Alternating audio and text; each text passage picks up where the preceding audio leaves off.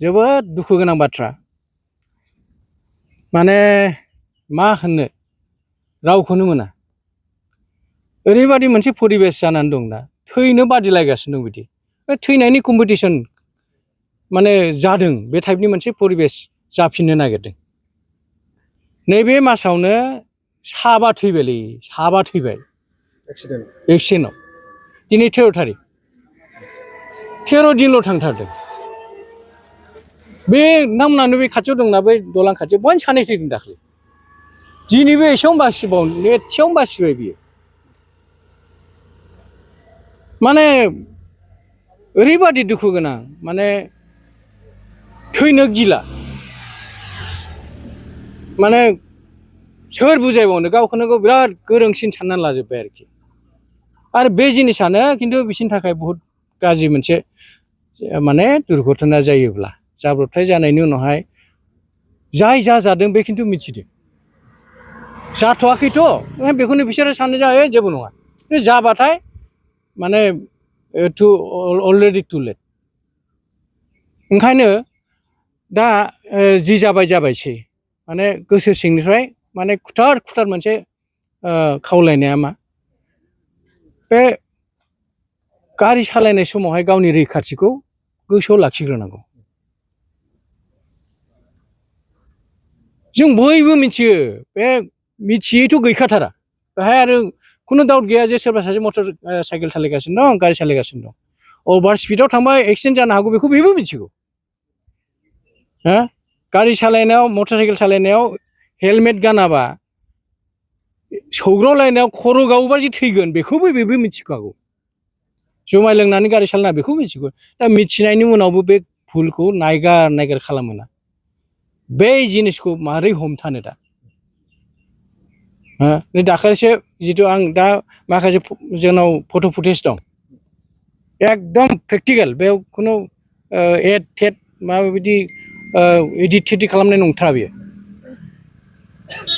बबे पार्टि जाबाय पार्टि जानानै दाना लागायबोनोसै हाखर सुखर जेबो मिथिला सौग्रावनोसै जाल्दा जुल्दाव गोलैनानै थालाबायनोसै थै गनाय खर' गावनाय मा नायनो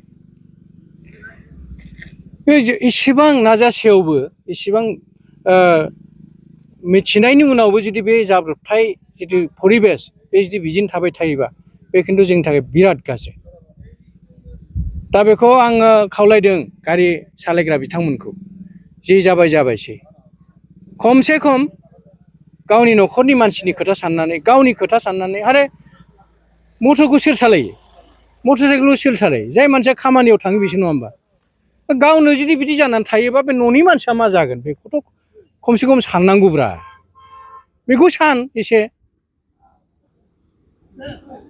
मा माने हांखुर जानाय थैनो हांखुर जानाय बादि मानो बेखौ मावबाय थानांगौ जाखो दा ओंखायनो आं नोंथांमोननि दारै क'क्राझार जिल्लानि जेसेबां गारि सालायग्रा मटर साइकेल होन गारि गिदिर होन गासिबो बिथांमोनखौ आं आरोबाव खनसे जोंनि हान्थामेला बिफाननिफ्रायनो होन पुलिस होन जिल्ला प्रसासन होन जों जयेन्टलि बे खामानिखौ जिहेतु मावगासिनो दं जों होननो नागिरदों जे नोंथांमोना बे गारि सालायनाय समावहाय नियमखौ बादहो नियमखौ आं मानो बादहो होनदों हेलमेट गानाबा 2000 फाइन दानगोननो बेखौ बादहो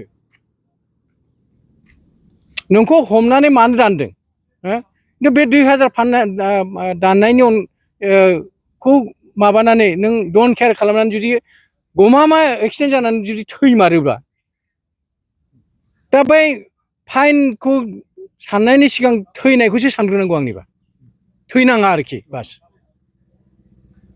दा ओंखायनो खुब सिरियास जानांसिगौ एक्सट्रिमलि सिरियास जानांसिगौ दा बेवहाय खिन्थु थैनायनि उनाव नांलाय खमलाय खालामना मालाय बेखौ लानानै नोंथांमोना थाय जायगा बेखौ लानानै जोङो दा नोंथांमोननि दाथ' मोनफ्रोमबो खनायाव थांनाया सम्भब नङा दा ओंखायनो आं लुबैदों जे जों जे बे खामानिखौ मावगासिनो दं रड सेफटिया जे मोनसे दानि थांनानै थानायनि मोनसे पार्ट बे जिनिसखौ जोङो गामिनि जिल्लानि एकदम लास्ट खनासिम जाहाथे बे मेसेजआ सौहैयो आरो बयबो जाहाथे सांग्रां जायो बेखौ आं लुबैदों आरोखि। आरो दा दिनैसो मोनसे मिटिं जानानै थांबावदों डिस्ट्रिक्ट रड सेफ्टि कमिटिनि, जेराव DCS चेयारमेन, SSP सार बिथाङा मेम्बार, बेबायदिनो मोनसे बिराद गिदिर कमिटि दं। दिनै गासिबो माने आरो मिटिं जाबावदों, दिनै 5th टाइम मिटिंसो बेयो। बिराद माने रिजाल्ट ओरिएन्टेड माने डिटारमाइन्ड माखासे पलिसिजों आरो आखायाव लाबावदों। आं सानदों बे पलिसिखौ जों इमप्लिमेन्ट खालामजोबोब्ला बे जाब्रबथाया खमायगोन। खिन्थु बेखौ खालामनो थांनायाव रायजो राजानि हेफाजाब नांगौ। बेवहाय जों मोनसे बिराद मोजां खोथा सानदोंमोन, मारै जे क'क्राझार जिल्लायाव माने जिथु बै हर्न दामनाय जिथु हर्न दामनायखौ जों बोरै खमायनो बेखौसो जों सानहरदोंमोन। आच्छा, हर्नखौ बोरै खमायनो? जेब्ला नोंबो गारि सालायनो रोंगौ नियमाव, आंबो गारि सालायनो रोंगौ नियमाव, आंबो नियमावनो थांगासिनो दं, नोंबो नियमावनो फैगासिनो दं, होमबाथ' जों माबाखौनो हर्नखौनो दामनो गोनां जालाना। नोंबो नियमाव थांगासिनो दं, आंबो नियमाव थांगासिनो दं, खुनु प्रब्लेम जायाखै, होमबाथ' हर्न दामनो गोनां जालाना। दा हर्नखौ माला दामनो गोनां जायो? जेब्ला सिगांनिया जायगा हगारा, जेब्ला नों डिस्टार्ब मोनो होमबासो दामनो गोनां जायो। डेट मिन्स मा? बै सिगांनि मानसिया उननि मानसिया जे फैगासिनो बेखौ बे सनमान होनो रोङा, बा उननि मानसिया सिगांनि मानसिखौ सनमान होनो रोङाखै। दा जों साफ्रोमबो गावनि रोंगौथिखौ बाहायनानै थिग मथे सालायलाङोबा माने हर्न दामनो गोनाङानो जाया। बेनि एग्जाम्पल जोंनि खाथियावनो दङ, जेरै मिज'रामाव माने मिज'राम स्टेटआव हर्न दामनायनि खुनु माबायानो गैया। बाहाय हर्न दामनायनि परिबेसानो जाया, हमानो दामा बहाय। आरो बेबायदिनो डेभेलप जेब्ला कान्ट्रि माबा देशफोर दं बाहाय हर्नखौनो दाम गोनां जाया। दा मानो जाया? थ' आं ओरै होननो नागिराखै जे जोंनि मानसिफ्रा सिभिलाइज नङा, आं बेखौ होननो नागिराखै। होननो नागिरदों जोंनि मानसिया बिराद रोंखागौ, रोंनायनि उनावबो गावनि रोंगौथिखौ खामानियाव बाहायैनि थाखायसो सिभिलाइजबाबो आनसिभिलाइज बायदि जानानै दं। दा ओंखायनो बेफोर माखासे पलिसिखौ जों इमप्लिमेन्ट खालामनो थांनायाव बे गासिबो रायजो राजा बिथांमोनहा, माने गारि सालायगिरि बिथांमोनहा, ड्राइभार कमिउनिटिया गासिबो मोजाङै माने प्रेक्टिकेलि माने कपारेसन होथों। आरो इसिबां गोलाव खोथाखौ बुजियाब्ला थबस्रुयै माने नैबे जाब्रबथायखौ होबथानो आन्था, बेखौ थैनायखौ जों होबथानो आन्था बे बिराद अभार स्पिडआव दा सालायथारथों। जुमाय लोंनानै गारि सालायनाङा होननायखौथ' सानफ्रामबो होनगासिनो दं जों। दा आं ओरैसो होननो नागिरदों जे मानसिया साननानै लाखानांगौ जे आं दिनै जुमाय लोंबाय, आं दिनै गारिखौनो सालायला, बेखौ सानथों।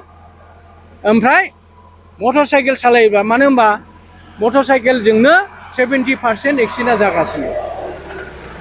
70% एक्सिडेन्ट फेटालिटि माने थैनाय बे मटर साइकेलाव बांसिन जागासिनो दं।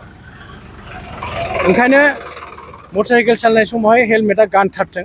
अबयसे क'क्राझार डिस्ट्रिक्टआव जों नुनो मोन्दों बांसिनानो हेलमेट गानबाय दा, खिन्थु माखासे बै साफ्रेग्रा गैया होमबा दालाय, बै साफ्रेग्राफ्रा खिन्थु दाबो जोंनि सामाजिक जिथु परिबेस बेखौ दाबो गुबुंले खालामगासिनो दं।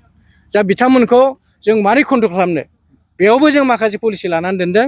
मैयासो क'क्राझार जिल्लानि जेसेबां मानिजाथाव प्रिन्सिपालफोर दङ कलेजनि, जेसेबां हेडमास्टार दङ स्कुलनि, हायार सेकेन्डारिनि प्रिन्सिपाल, गासिबखौबो लानानै जों मैया मिटिं मोनसे खालामखांबाय क'क्राझार साइन्स कलेज अडिट'रियामाव।